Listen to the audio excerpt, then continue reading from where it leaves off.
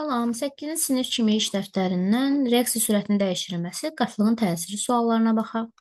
A və B qablarında maqnezium xlor turşusu reaksiyası baş verir. Hansı qabda reaksiya daha sürətlə baş verir? Burada fikir verin A qabına. Bu boz rəngdə olanlar xlorid turşusudur. Bu qara rəngdə olan maqneziumdur və burada su molekülləri var, mavi rəngdə. B-yə baxsanız, B-də baxın, boz rəngləri daha çox görürsünüz. Xlor turşusunun qatılığı daha çoxdur. Qatılıq da çox olanda başlanğıc maddənin qatılığını artırsanız, o zaman reaksiya sürətlə baş verir. Yəni B-də daha sürətlidir. Cavabımızı əsaslandıraq. Başlanğıc maddə olan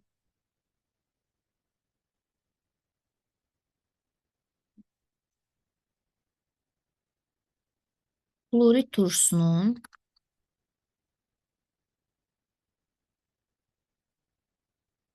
qatılığı daha çoxdur B-də.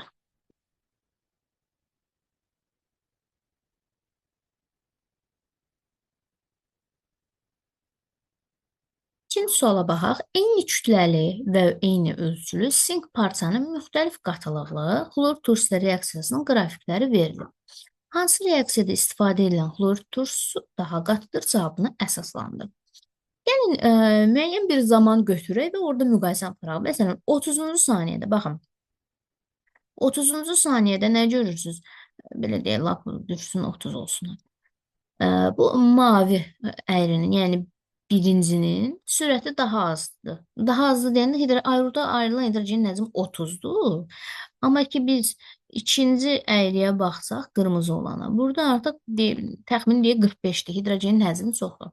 Yəni bu ikinci daha sürətli gedib və oradan ayrılan hidrogenin həcmi də daha çox olub. Xlorid turşusu daha qatıdır. Deməli, ikinci reaksiya daha sürətlidir.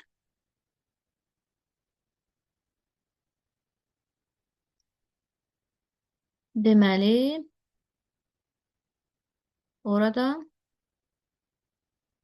H-xlor daha qatıdır.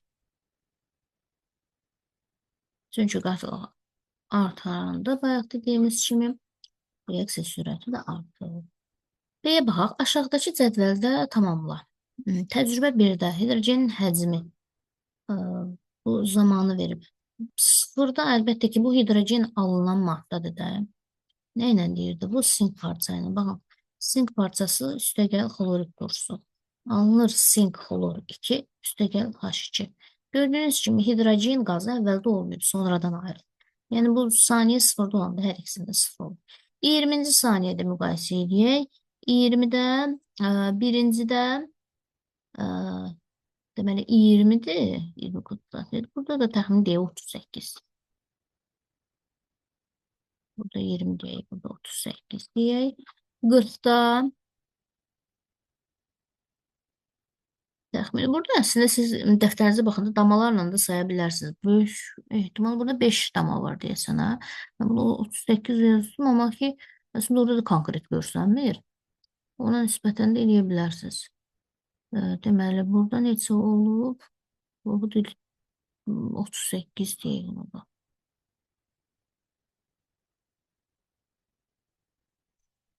40-da, deməli, ikincidə nə qədər olub?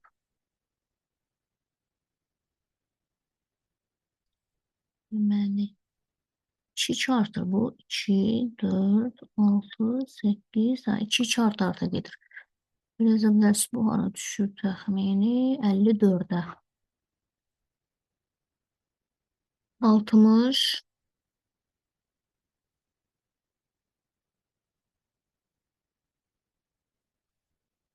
neçəyə düşür? 46.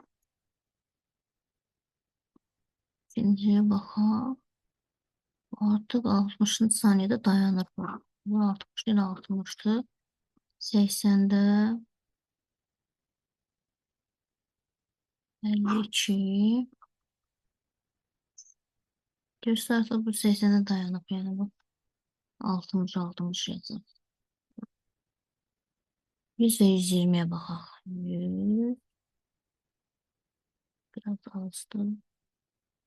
58 deyək bunu. 120-də isə 120-ci saniyədə artıq bitir. Birinci reaksiyada bitir. 60. Aha, deməli, 20-50 saniyə aralığında hər iki təcrübədə reaksiyanın sürətini hesabla. 20-50 saniyə aralığında. Biz cədvəldə içəri saniyəni göstərmədik. 20-50 saniyə arasında baxaq. Bu aralığı istəyir birdən. 20-50 aralığında. Burada birincidə deməli 20 olub. 50-də neçə olub? 50-də də 42 deyək. Deməli, 42, 20. Birinci təcrübədə ayrılan orada qazın həcmi nə qədərdir? 42-dən 20-ni çıxırsa 22 kub santimetrdir. 20-50 saniyə arasında nə qədər? Neçə saniyə fərq var? 30 saniyə. Abone olun, like edin, rəy yazın, video linkini paylaşın. Sağ olun. Birinci təcrübədə baxaq, 20-50 saniyə arası. Burada demək, 40-cı saniyədə 36 yazılışı daha düzgün olsun. Burada 38-dir, 40-a 36-dır. İndi ikinciyə baxaq, 20-50 arası nə baş verib? Deməli, 20-ci saniyədə 38 kub santimetrdir, 50-ci saniyədə 50 saniyədə də 58. 58, 38. 58-dən 38 çıxın 20 kub santimetr ayrılıb və 30 saniyə ərzində. Deməli, birincinin sürəti o 20-50 arasında daha çoxdur.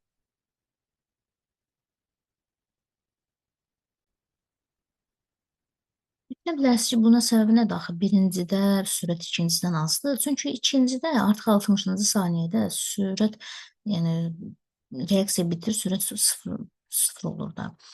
Orada yəni sona yaxın ayrılan hidrogenin həcmi azalmağa başlayır. Ona görə də birincinin sürəti daha çoxdur. 20-50 saniyə arasında.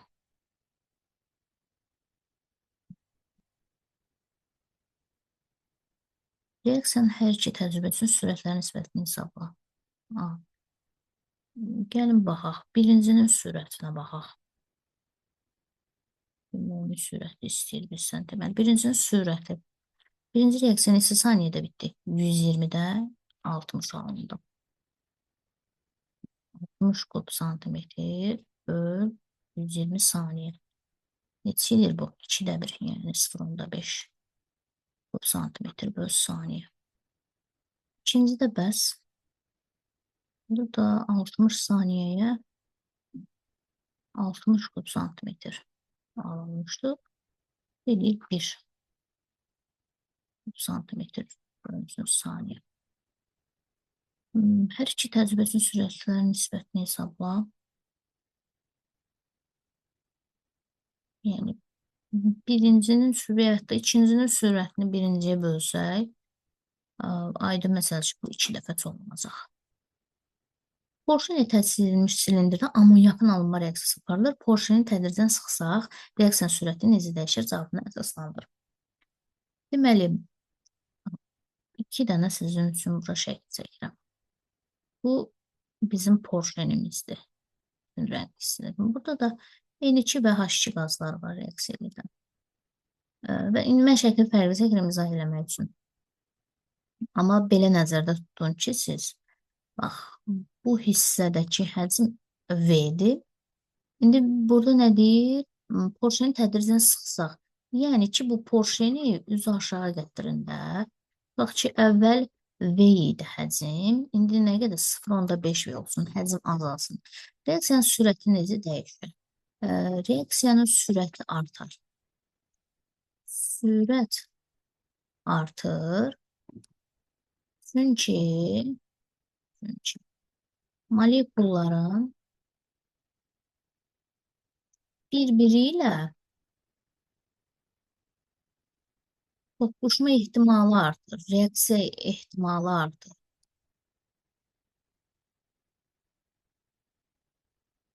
Biraz reaksiya ehtimalı artır.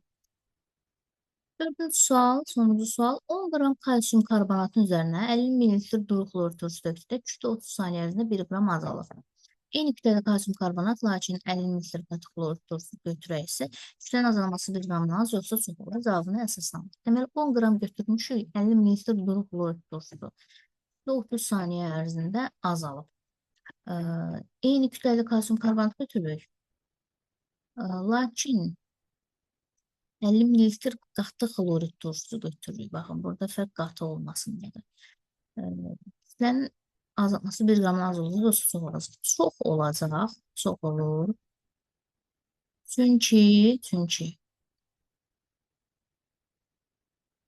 H xlorurun qatılığı artır.